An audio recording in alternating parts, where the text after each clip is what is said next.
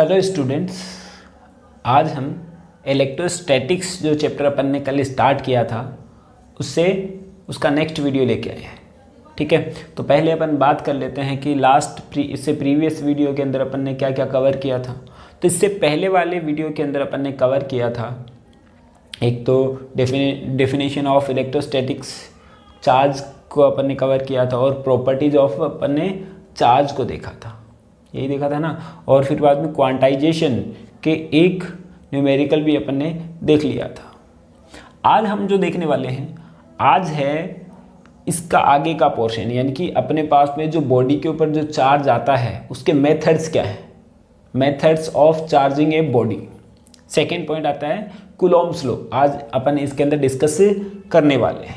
ठीक है, चलो स्टार्ट करते हैं अपन।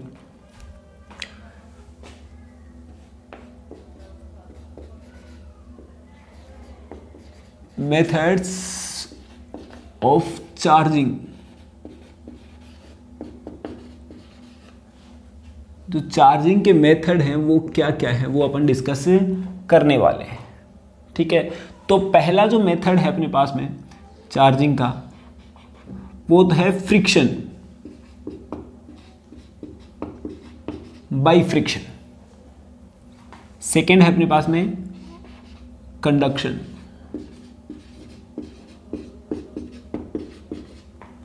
थर्ड है अपने पास में इंडक्शन। तीन मेथड हैं जिसके थ्रू अपन किसी भी बॉडी के ऊपर को चार्ज कर सकते हैं। चार्ज मीन्स जानते हैं ना अपन, चार्ज का मतलब क्या है, उसके ऊपर वो प्रॉपर्टी आना जिससे कोई बॉडी अट्रैक्ट हो जाए या फिर रिपेल हो जाए, यही ना। तो अपन क्या कर रहे हैं, सबसे पहले जो देख रहे हैं वो है फ्रिक्शन मेथड।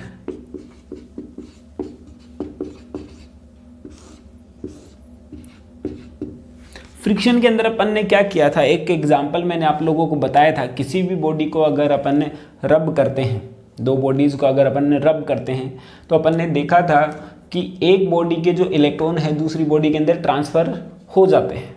अपन ने कवर कर लिया था, ये बता दिया था मैंने। ये किस में बताया था मैंने, ये बताया था कि जो रीज़न क्या है किसी बॉडी के ऊपर जो चार्ज आने का रीज़न क्या है, उसके अंदर अपन ने कवर करवाया था। तो उसके अंदर अपन ने क्या बताया था कि दो बॉडीज़ हैं, उनको अगर अपन ने रब करवाया, उनको अगर रब करवाते हैं तो क्या होता है कि एक बॉडी के इलेक्ट्रॉन है वो दूसरी बॉडी के अंदर ट्रांसफ़र हो जाते हैं। ठीक है, तो एक बॉडी के ऊपर तो क्या होती है, इलेक्ट्रॉन्स जो कम हो जाते हैं, और सेकेंड बॉडी के ऊपर अपने पास में इलेक्ट्रॉन्स की एक्सेस हो जाती है। और जिसके ऊपर लैक ऑफ इलेक्ट्रॉन है वहाँ पे तो क्या आ जाता है अपने पास में, पॉजिटिव चार्ज आ जाता है, और जहाँ पे एक्सेस ऑफ इलेक्ट्रॉन आता है वहाँ पे क्या होता है, नेगेटिव चार्ज आ जाता है। यही अपन ने पढ़ा था। एक बात ये अपन ने लिया, ये मान लेते हैं ये ए पार्टिकल है और ये मान लिया बी पार्टिकल है। ए पार्टिकल लिया तो यहाँ पे वापस एग्जांपल 10 प्रोटॉन 10 इलेक्ट्रॉन और 10 न्यूट्रॉन, और इसके अंदर 20 प्रोटॉन 20 इलेक्ट्रॉन और 20 न्यूट्रॉन।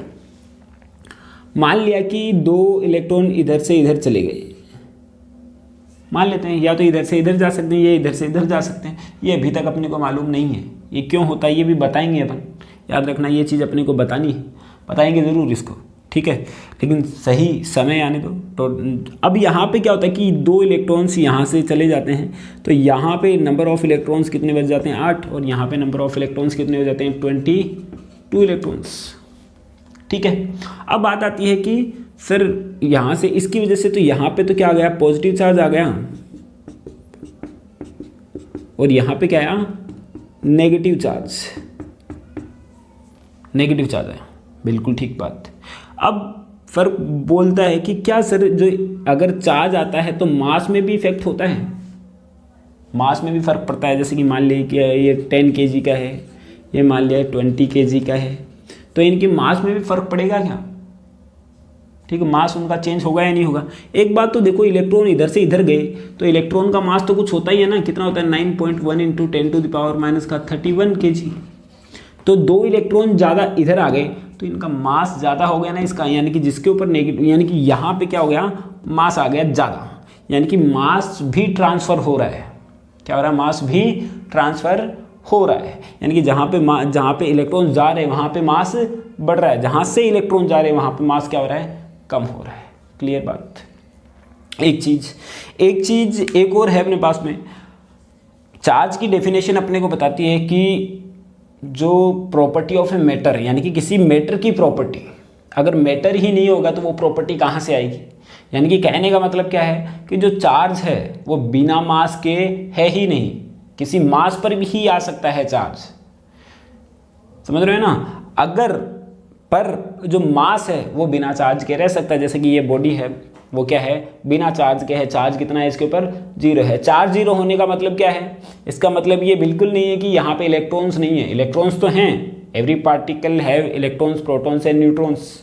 तो यहाँ पे इलेक्ट्रॉन्स भी है, प्रोटॉन्स भी है और न्यूट्रॉन्स भी हैं, पर जितने प्रोटॉन्स है उतने ही क्या हैं, इलेक्ट्रॉन्स है। इस वजह से यहाँ पे ये न्यूट्रल है, क्या ये न्यूट्रल है।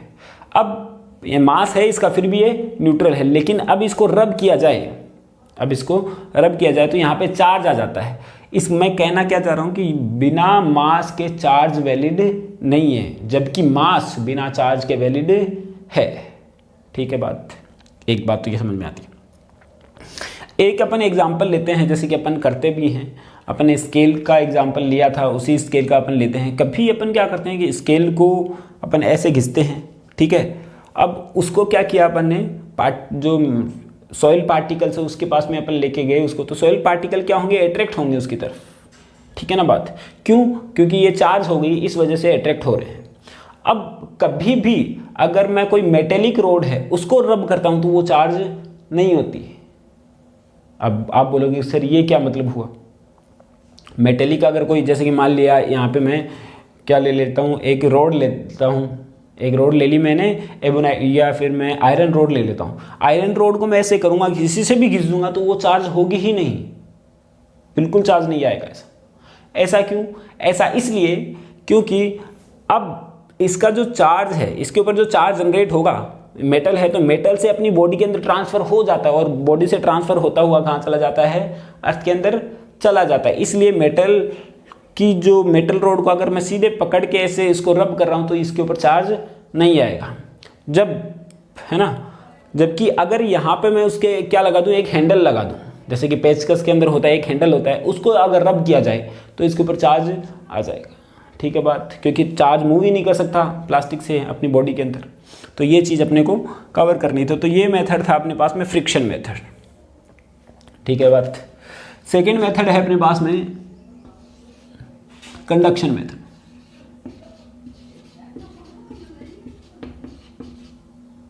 कंडक्शन मेथड, कंडक्ट, नाम से ही पता चल रहा है कि कंडक्ट करना है अपने को। ठीक है, कंडक्शन मेथड का मतलब क्या है कि कोई एक चार्ज्ड बॉडी है, एक चार्ज्ड बॉडी है, उसको अगर मैं किसी अनचार्ज्ड बॉडी से टच कर दूं या फिर कनेक्ट कर दूं वायर के थ्रू, तो क्या होगा कि वो दूसरी बॉडी भी चार्ज हो जाती है। ठीक है, तो मान लिया कि अपने पास में एक बॉडी ए है, एक बॉडी बी है। तो बी तो क्या है, न्यूट्रल है, मान लिया इसके ऊपर कोई चार्ज नहीं है, यानी कि जितने प्रोटॉन्स है उतने ही इलेक्ट्रॉन्स। और यहाँ पे मान लिया इसके ऊपर पॉजिटिव चार्ज है, और वो भी मान लिया 10 माइक्रोकूलम। कितना मान लिया, 10 माइक्रोकूलम पॉजिटिव चार्ज। अब पॉजिटिव चार्ज होने का मतलब क्या है, यहाँ पे इलेक्ट्रॉन्स की कमी है, लैक ऑफ इलेक्ट्रॉन्स है। अगर इसको टच कर दिया जाए, अगर इसको टच कर दिया जाए किसी वायर के थ्रू, या फिर दोनों को ऐसे साथ में रख दूं मैं, ठीक है, तो चार्ज का ट्रांसफर वैसे ही होता है जैसे कि हीट का ट्रांसफर होता है। ठीक है, यानी कि दोनों जो चार्ज जब जो हायर बॉडी से, जिसके ऊपर हायर चार्ज है, उससे क्या होगा कि लोअर चार्ज की ओर तब तक मूव करेगा जब तक कि दोनों के ऊपर जो टोटल चार्ज है वो इक्वल नहीं आ जाए। जैसे कि यहाँ पे कितना आ जाएगा, ये यहाँ पे भी प्लस का ही आ जाएगा, लेकिन कितना आ जाएगा 5 माइक्रोकूलम, और यहाँ पे भी कितना हो जाएगा 5 माइक्रोकूलम, यानी कि दोनों के ऊपर चार्ज क्या हो जाएगा, सम जो है इक्वल हो जाएगा। ऐसा क्यों, ये अपन ने देख लिया। ठीक है, अब इसके लिए भी कंडीशन है, क्या हमेशा ही इक्वल होगा, बिल्कुल हमेशा इक्वल नहीं होगा। इक्वल तभी होगा जब ये दोनों बॉडी जो है सेम मटेरियल की बनी हो, इट मीन्स इनकी प्रॉपर्टी है वो क्या हो, सेम हो। सेकेंड पॉइंट है, सेकेंड पॉइंट क्या है कि उनकी जो शेप है, जो साइज और शेप है, वो भी क्या होनी चाहिए, सेम होनी चाहिए, तभी चार्ज का जो ट्रांसफ़र है वो क्या होगा, सेम होगा। ठीक है ना बात। ठीक, अगर ऐसा हो, इनकेस ऐसा हो कि ये बॉडी अलग हो रही है, बॉडी अलग हो, शेप जो है उनकी साइज है वो सेम है, तो चार्ज डिफरेंट हो सकता है। क्यों ऐसा? क्योंकि उनकी कैपेसिटी जो चार्ज को स्टोर करने की वो अलग अलग होती है सभी मटेरियल्स की, तो अलग अलग होगा ही होगा। क्लियर है बात। अगर मैं साइज चेंज कर दूंगा तो भी क्या होगा, अपने पास में चार्ज की वैल्यू अलग अलग होगी। ये तो सेम कब है, जब दोनों का मटेरियल सेम हो, दोनों की साइज सेम हो, ये अपने को पता है। ठीक है बात। फॉर एग्जाम्पल एक ले लेते हैं, एग्जाम्पल अपन लेते हैं।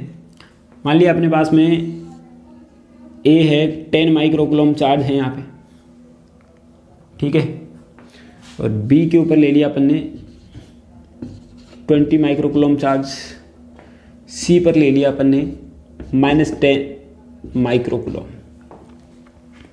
ठीक है बात। तो ये ए है, ये बी है और ये सी है। तो बोला गया है, ये तीनों अलग अलग रख दिए गए, यानी कि 3 मटेरियल्स है सेम साइज और सेम प्रॉपर्टी के, यहाँ पे रखा एक, यहाँ पे रखा एक, यहाँ पे रखा, दोनों चार्ज अपने को गिवन है। तो बोला गया अगर ए को उठाकर यहाँ से टच कर दिया जाए, यहाँ से टच किया और वापस अलग कर लिया, वापस इसको सी से टच कर दिया जाए, तो अब बताओ कि ए, बी और सी पर चार्ज कितना कितना हो जाएगा। ठीक है, करते हैं अपन। सबसे पहले ए को बी से टच किया तो टोटल चार्ज कितना हो गया, 30, 10 प्लस का 20, 30, आधा आधा डिवाइड करना है, यानी कि ए पर तो कितना जाएगा 15, बी पर भी कितना जाएगा 15 माइक्रोकूलम। ठीक है, जब ये ए को बी से कनेक्ट किया तभी है ये बात।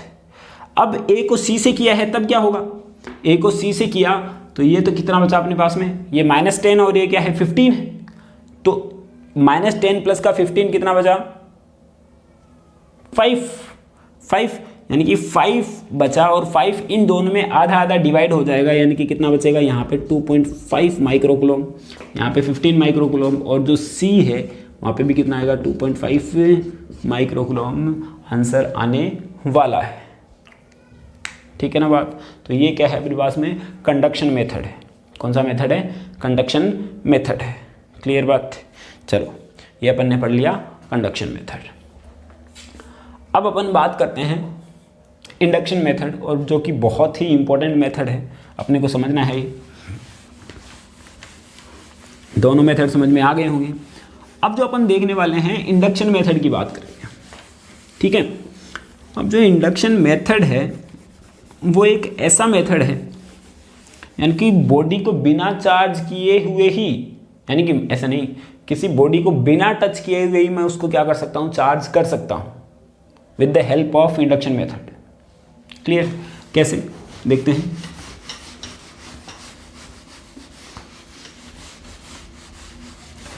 ठीक है, क्या है, बिना बॉडी को टच किए हुए ही अपन उसको चार्ज कर सकते हैं। अब तुम बोलोगे सर आइला जादू हो गया ये तो। अरे जादू वादू नहीं है, ये साइंस है। कैसे, अब एक बात देखो, तुम एग्जाम्पल मैं बता देता हूँ, है ना, वापस वही स्केल वाला एग्जाम्पल, सबसे ज़्यादा अपन वही करते हैं, स्केल इजीली अवेलेबल है अपने पास में। स्केल वाला अपन करते हैं, ऐसे घुमाया अपने को सिर के ऊपर, और अपन क्या करते हैं कि पार्टिकल्स के पास में इसको लेके जाते हैं तो पार्टिकल चिपकते हैं, है ना। अब मान लिया कि ये स्केल है, स्केल को मैंने रब किया तो इसके ऊपर तो चार्ज आ गया, चलो बात समझ में आती है।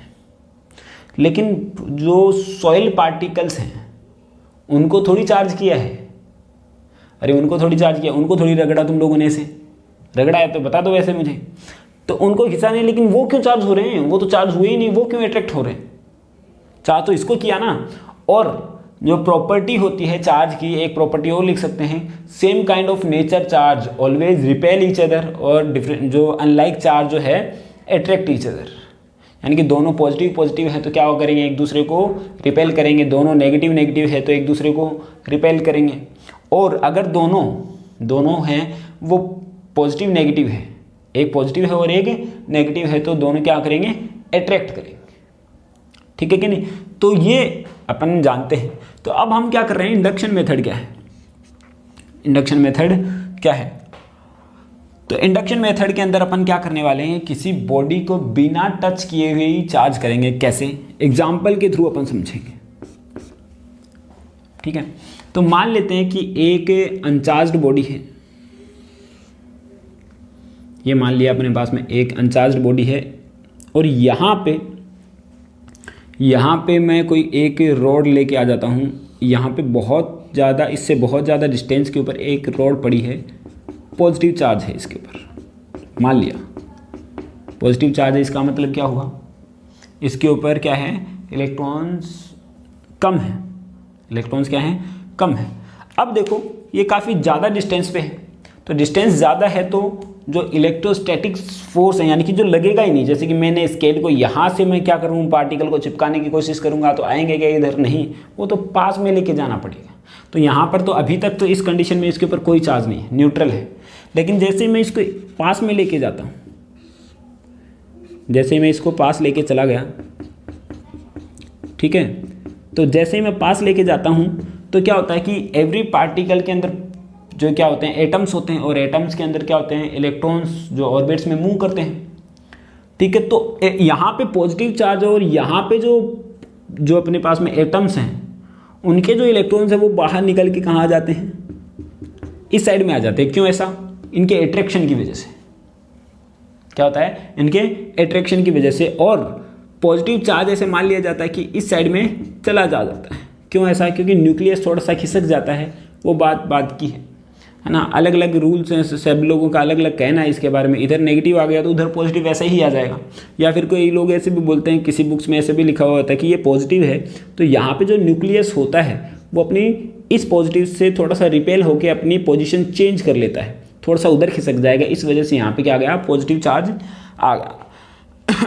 तो अब देखो यहाँ पे नेगेटिव, यहाँ पे पॉजिटिव, पहले भी था इसके ऊपर चार्ज, पॉजिटिव और नेगेटिव, प्रोटॉन भी थे और इलेक्ट्रॉन्स भी थे, अब भी हैं। तो ये चार्ज छोड़ी हुई है अभी नहीं। अब तो क्या हुआ, इलेक्ट्रॉन्स तो इधर आ गए और जो अपने पास में क्या है, नेगेटिव चार्ज तो इधर आ गया और पॉजिटिव इधर आ गया। अब अगर मैं क्या कर दूं, अब अगर ये जो गोला है, ये जो स्फीयर है, यहाँ पे इसको मैं क्या कर दूं, अर्थिंग कर दूं। इसको क्या करते हैं अपन, अर्थिंग करते हैं। अर्थिंग, एक वायर जोड़ दिया अपने अर्थ से, तो सारा का सारा पॉजिटिव चार्ज कहाँ चला जाएगा, नीचे चला जाएगा। क्यों ऐसा क्यों होता है, क्योंकि अर्थिंग, अपन अर्थ को मानते हैं एक कंडक्टर, ठीक है। अर्थिंग अपन ने की भी होगी, जब लाइट फिटिंग करवाते हैं तो जो अपने पास में जो काम करने वाले हों उनको पता भी होगा, वो बताते भी होंगे कि एक अर्थिंग का वायर छोड़ा जाता है, या फिर पहले अपन घरों में अर्थिंग वायर लगाते भी थे। तो अब एक अर्थिंग वायर लगा दिया अपन ने, तो वायर से क्या होगा, ये जो पॉजिटिव चार्ज है वो इस साइड वाला टच किया तो पॉजिटिव चार्ज इधर चला जाएगा। ये नेगेटिव भी जाना चाहिए, पर नेगेटिव तो क्यों नहीं जाता, क्योंकि ये इसके ऊपर फोर्स लगा रहा है, अट्रैक्शन फोर्स, ये इसको बांधे रख रहा है, पकड़ के रखा है इसने इसको ऐसे, नहीं मैं तुझे नहीं जाने दूंगा। जबकि पॉजिटिव को तो क्या कर रहा है, ये भेज रहा है अपने आप ही, तो पॉजिटिव चला गया इधर नीचे। क्लियर। अब पॉजिटिव नीचे जाने का मतलब क्या है, वापस मिसकंसेप्ट आ जाता है लोगों के अंदर कि सर पॉजिटिव नीचे गया मतलब प्रोटॉन्स नीचे चले गए, और जबकि अपन जानते हैं प्रोटॉन्स तो मूव ही नहीं कर सकते, है ना। तो पॉजिटिव नीचे नहीं गए हैं, पॉजिटिव नीचे नहीं गया है, बोला जा रहा है बस। इसको क्या हुआ, जैसे कि मान लिया कि यहाँ पे 8 प्रोटॉन्स हैं, तो 8 इलेक्ट्रॉन्स आ गए यहाँ पे नीचे से, 8 इलेक्ट्रॉन्स आ गए, तो यहाँ पे टोटल कितना हो गया, 0 हो गया ना। इस वजह से ये चीज़ आ गई, यानी कि पॉजिटिव नीचे जाने का मतलब क्या हुआ, इलेक्ट्रॉन्स ऊपर आ रहे हैं, इलेक्ट्रॉन्स ऊपर आ रहे हैं, और यहाँ वाली जो पोर्शन है उसको न्यूट्रल कर देते हैं, तो यहाँ पे आ गया नेगेटिव चार्ज। क्लियर बात।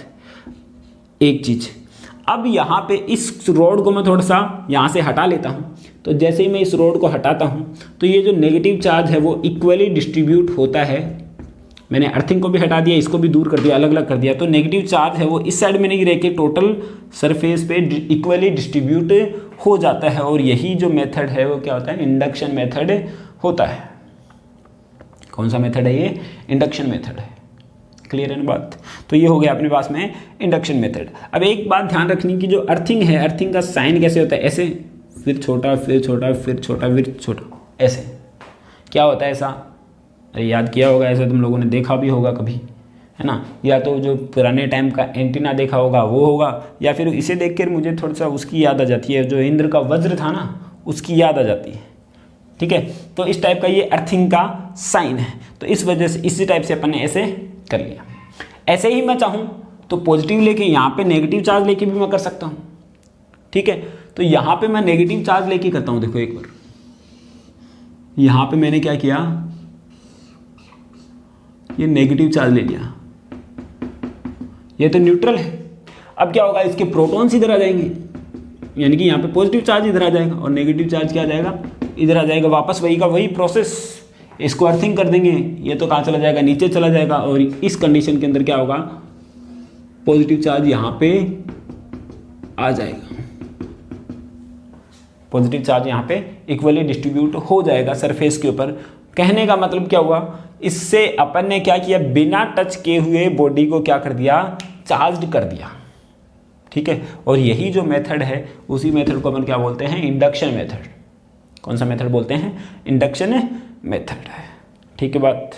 चलो आगे देखते हैं अपन इसको। तीनों मेथड अपन ने पढ़ लिए हैं। अब कुछ चीज़ों को मुझे डिस्कस करना है, ठीक है, जो कि आपको याद रखनी है, समझ में आनी चाहिए, क्योंकि ये लिखवाई नहीं जाती हैं सारी की सारी चीज़ें। नोट्स होते हैं, वो नोट्स तो प्रोवाइड कर दिए जाते हैं, लेकिन सारी की सारी चीज़ें जितनी अपन बताते हैं वो अपन लिखवा नहीं सकते हैं, क्योंकि बहुत ज़्यादा बड़ा हो जाएगा।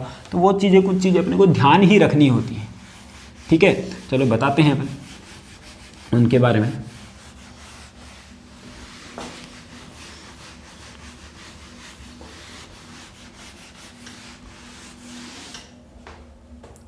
देखो अब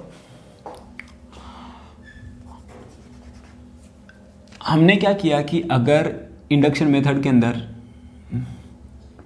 कि एक रॉड ली, पॉजिटिव चार्ज यहाँ पे दिया और यहाँ पे एक मेटल है, तो यहाँ पे क्या आया, नेगेटिव चार्ज, और यहाँ पे पॉजिटिव चार्ज, ठीक है। हम क्या कर रहे हैं, अब हम जो पढ़ रहे हैं, तीनों मेथड पढ़ लिए अपन, इंडक्शन मेथड को नहीं पढ़ रहे हैं। मैं क्या कर रहा हूँ कि एक आइडेंटिफाई कैसे करें कि सर चार्ज कौन सा है ना। कोई भी बॉडी है, मान लिया, क्योंकि चार्ज तो क्या है, प्रॉपर्टी है, प्रॉपर्टी है, तो प्रॉपर्टी है, अपने को पता है कि प्रॉपर्टी है चार्ज, तो चार्ज प्रॉपर्टी है, तो उसको अपन देख तो सकते नहीं है। तो जैसे कि मान लिया कि इसके ऊपर चार्ज आया, तो हमें कैसे पता चलेगा कि ये पॉजिटिव है या नेगेटिव है, ठीक है बात। ये अपन फाइंड आउट करने की कोशिश कर रहे हैं, थोड़ा सा ध्यान से समझेंगे इसको। तो यहाँ पे पॉजिटिव चार्ज और यहाँ पे नेगेटिव है, तो इन दोनों के बीच में तो क्या लग रहा है, एट्रैक्शन। इन दोनों के बीच तो क्या लग रहा है, एट्रैक्शन। जबकि यहाँ पे पॉजिटिव है और यहाँ पे भी पॉजिटिव, यहाँ पे क्या लगना है,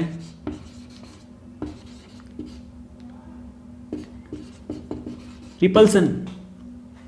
तो हम देख रहे हैं कि एट्रैक्शन तो क्या लगेगा, ज़्यादा लगेगा, क्योंकि पास पास में है, जबकि रिपल्सन क्या लगेगा, कम लगेगा। ये तो क्या लगेगा, ज़्यादा, और ये क्या लगेगा, कम। देखो तुम, क्योंकि जो इसके और इसके बीच की जो डिस्टेंस है वो थोड़ी ज़्यादा है और इसके बीच की डिस्टेंस क्या है, थोड़ी कम है। तो यानी कि अगर ये रोड, इस पार्टिकल, ये रोड है, इसको इधर खींच रही है, मान लिया इनके, इसके और इसके बीच में जो फोर्स लग रहा है, एट्रैक्शन फोर्स, वो तो लग रहा है 10 न्यूटन, और जो रिपल्सन फोर्स लग रहा है वो लग रहा है 5 न्यूटन, क्योंकि डिस्टेंस अगर ज़्यादा है तो रिपल्सन फोर्स क्या होगा, कम ही होगा। तो इधर 5 न्यूटन लग रहा है, इधर 10 न्यूटन लग रहा है, तो बॉडी किधर जाएगी, इधर। यानी कि नेट रिजल्ट क्या आया, एट्रैक्शन फोर्स। नेट रिजल्ट क्या आएगा, एट्रैक्ट करेगी। दूसरी कंडीशन के अंदर अपन क्या करते हैं, दूसरी कंडीशन के अंदर अपन ने क्या किया, यहाँ पे नेगेटिव चार्ज लिया, यहाँ पे अपन ने नेगेटिव चार्ज लिया, और यहाँ पे मैं कोई दूसरा पार्टिकल ले लिया, यहाँ पे बी, यहाँ पे क्या आएगा, पॉजिटिव, यहाँ पे नेगेटिव। तो अब इस कंडीशन में वापस देख रहे हैं अपन, यहाँ पे क्या आ रहा है, एट्रैक्शन, और यहाँ पे क्या आ रहा है, रिपल्सन। तो वापस एट्रैक्शन क्या हो रहा है, ज़्यादा हो रहा है, यानी कि वापस रिजल्टेंट क्या आएगा, इधर ही आएगा। यानी कि दोनों ही कंडीशन के अंदर क्या हो रहा है अपने पास में, ये जो पार्टिकल है इधर आ रहा है, ठीक है कि नहीं, अगर न्यूट्रल है तो, ठीक है। तो अब अपने को ऐसे बोल दे, ऐसे बोल दे कि बताओ कि इसके ऊपर जो चार्ज है वो कौन सा है, इसके ऊपर चार्ज कौन सा है, ये बॉडी चार्ज्ड बॉडी है, तो इसके ऊपर चार्ज कौन सा है, या फिर चार्ज है या नहीं है, ये भी अपने को बताना है, ठीक है, कैसे पता करेंगे अपन? तो क्या करेंगे अपन, एक रोड लेके जाएंगे, ठीक है, एक रोड लेके चले गए अपन, मान लिया इसके ऊपर अपन ने चार्ज दे दिया, पॉजिटिव चार्ज, ये अपन दे सकते हैं, ये अपने हाथ में है, पॉजिटिव चार्ज देना ये अपने हाथ में है। इसका कुछ लोग कुछ चीज़ों का तो पता होता है, लेकिन इसका पता कैसे करें? तो यहाँ पे इसको अपन ने दिया, जानबूझ के दिया अपन ने, जो भी चार्ज दिया पॉजिटिव चार्ज। अब यहाँ से ये अगर अट्रैक्ट कर रही है,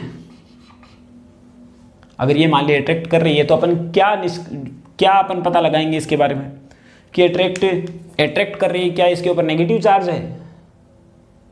क्योंकि पॉजिटिव है, अगर इसको अट्रैक्ट कर रही है तो क्या होना चाहिए, नेगेटिव चार्ज। लेकिन अपन ने देखा कि न्यूट्रल होती है तो भी तो अट्रैक्ट करती है।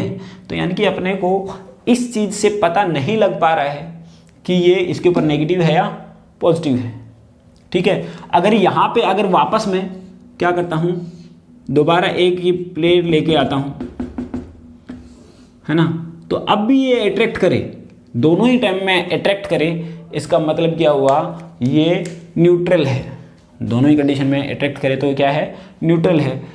अगर यहाँ पे ये अट्रैक्ट कर रही है और यहाँ पे ये रिपेल कर रही है, तो इसका मतलब क्या हुआ, यहाँ पे नेगेटिव चार्ज है।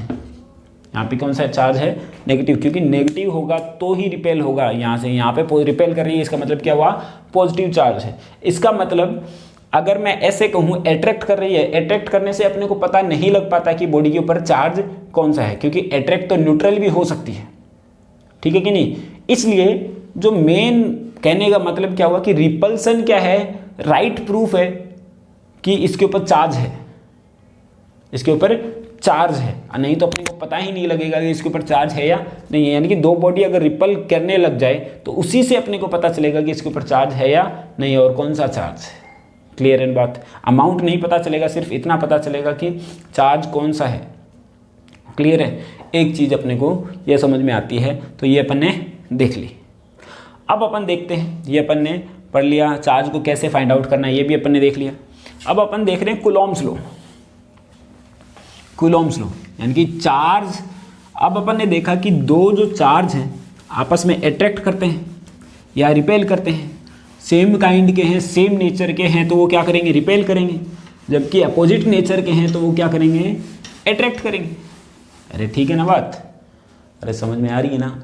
हाँ, तो अब ये जो अट्रैक्शन हो रहा है या फिर रिपल्सन हो रहा है वो कितना हो रहा है ना, ये जो अट्रैक्शन हो रहा है या फिर रिपल्सन हो रहा है उसका मैग्नीट्यूड कितना है, हो तो रहा है ये, ठीक है। तो ये मैग्नीट्यूड बताया था साइंटिस्ट कूलॉम्ब ने।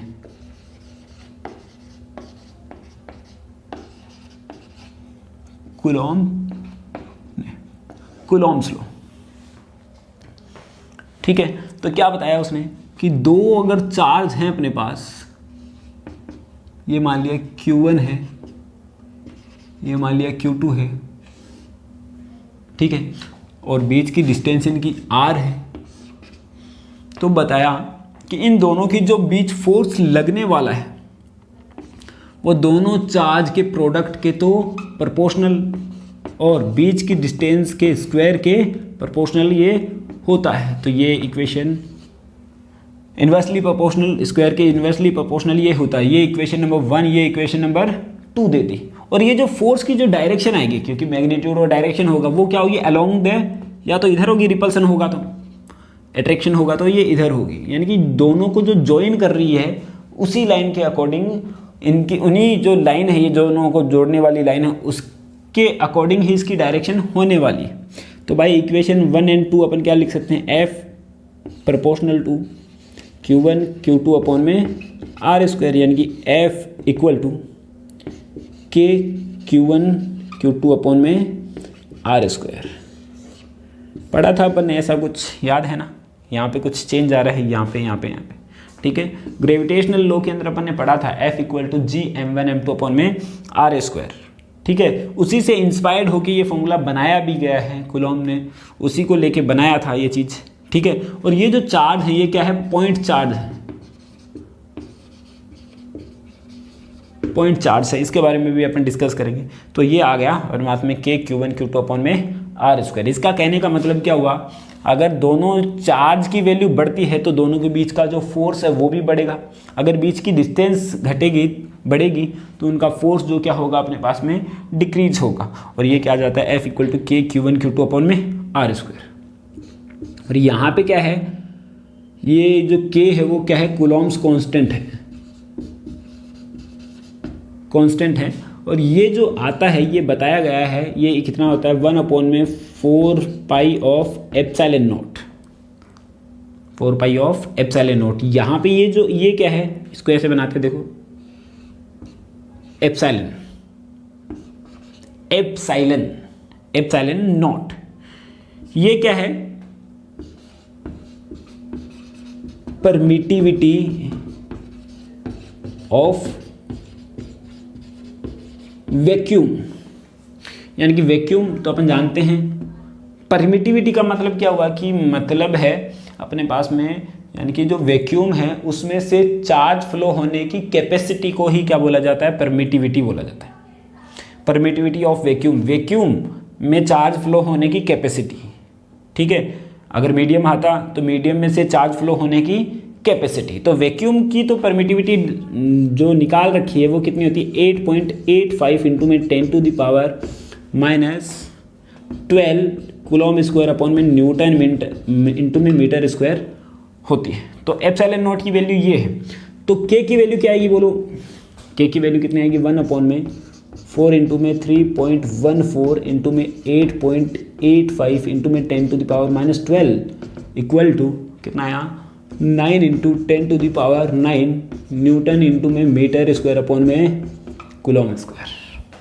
क्या जाएगी वैल्यू, यानी कि के की सीधी सीधी वैल्यू आ गई ये, जो कि अपने को याद रखनी है, ठीक है। लेकिन ध्यान रहे ये के की वैल्यू ये जो है किसके लिए है, फॉर वैक्यूम के लिए ये, क्योंकि यहाँ पे अपन ने परमिटिविटी जो लगाई है, परमिटिविटी जो अपन ने यूज की है किसकी यूज की है, वैक्यूम की। अगर मीडियम की होगी तो यहाँ पे मीडियम की परमिटिविटी लगानी पड़ेगी, बाकी चीज़ तो सेम आएगी।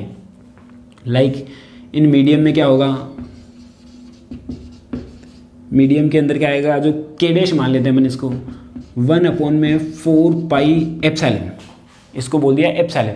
ये क्या है, permittivity of medium, permittivity of medium इसको नाम दिया गया है, ठीक है। यानी कि capacity of flow of charge in medium, ये अलग अलग मीडियम की अलग अलग होती है, जो कि अपन आगे इसको देखेंगे, ठीक है। बात एक चीज़ तो ये क्लियर होती है, तो यहाँ पे अपने को क्लियर हो जाती है एक चीज़, यानी कि दो पार्टिकल है उनके बीच में फोर्स अपने को निकालना आ जाता है, ठीक है। इसके एक दो क्वेश्चन भी अपन करते हैं, ठीक है। एक चीज़ ये डिस्कस कर लेता हूँ मैं, पॉइंट चार्ज का मतलब क्या हुआ।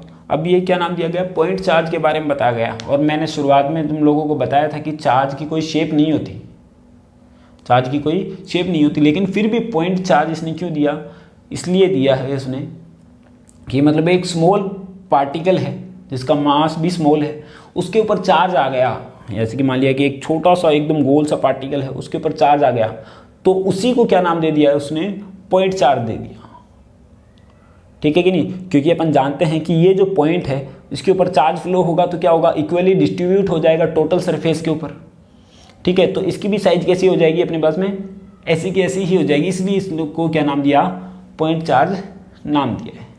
क्लियर बात, चलो ये अपन ने देखा, जो कूलॉम्स लॉ अपन ने देख लिया है। अब अपन देखने वाले हैं इसके एक दो क्वेश्चन, वो बहुत इजी क्वेश्चन है, वो आप लोगों को ही दे रहा हूँ मैं, है ना, आप लोगों को ही घर से करने हैं, क्योंकि ऐसे मैंने करवाए हैं, आप लोगों को करवाए हैं या फिर आप लोगों ने पढ़े हैं किसमें, ग्रेविटेशनल लॉ के अंदर। अगले लेक्चर के अंदर इसके कुछ ज़्यादा बेहतरीन क्वेश्चन लेके आएंगे अपन, लेकिन आज फिलहाल के लिए अपन 2-3 क्वेश्चन मैं दे देता हूँ आप लोगों को, ठीक है, सिर्फ बताऊँगा वो आप लोगों को करने हैं।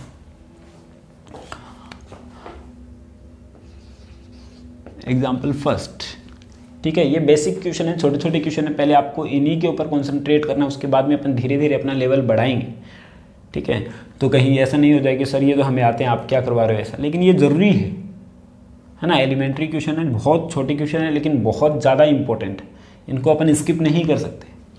तो मान लिया अपने पास में ये 10 माइक्रो कूलॉम है और यहाँ पे कितना है 5 माइक्रो कूलॉम चार्ज है, बीच की डिस्टेंस है 1 mm है, ठीक है।